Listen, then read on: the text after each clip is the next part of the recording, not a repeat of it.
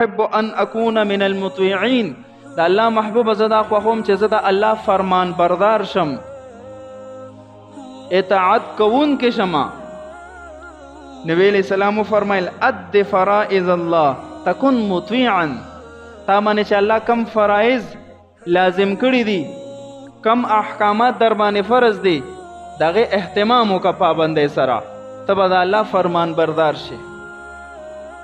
نو کو ته یې تاجر د تجارت اصول ازده کو عمل کې راولا، او کو ته یې مثلا امیر صاحب تبلیغی نو د تبلیغ اصول ازده کا په خپل عمل کې راولا. دغه شان روزمره اعتبار سره تا باندې منځونه فرض دي، د موز مسائل فرایض واجبات مستحبات ازده کا په عمل کې راولا.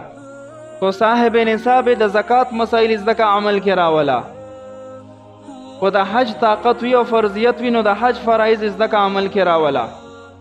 د جهاد طاقت وی فرض عین شو در باندې د جهاد اعمال اور فضائل احکام ازده کا عمل کې راولا. معنی دا چې د الله کم یو حکم هم فتا فرض دی دغه اهتمام وکړه، ته به د الله تابعدار شي. بیا